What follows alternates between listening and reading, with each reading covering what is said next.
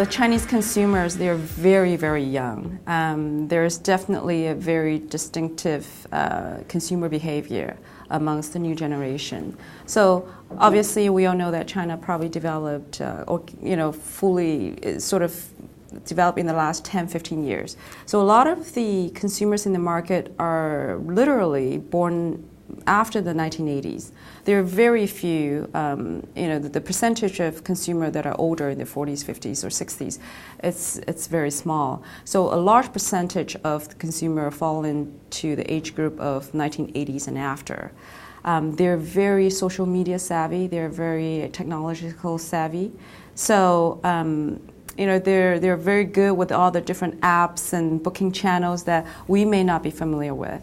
So that, in a way, is also driving the change in this particular industry. As we mentioned just now, that product differentiation is becoming very important because they can read about all the reviews before they actually booked a hotel. So social media feedback, comments, reviews become utmost important.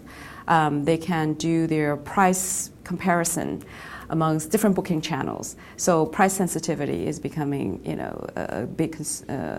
a big issue now as well. As well as product, they want to go into a room knowing that there are different plugins, there are different docking equipments. I mean, I don't even know the proper names for it, but these are things that they look for, obviously.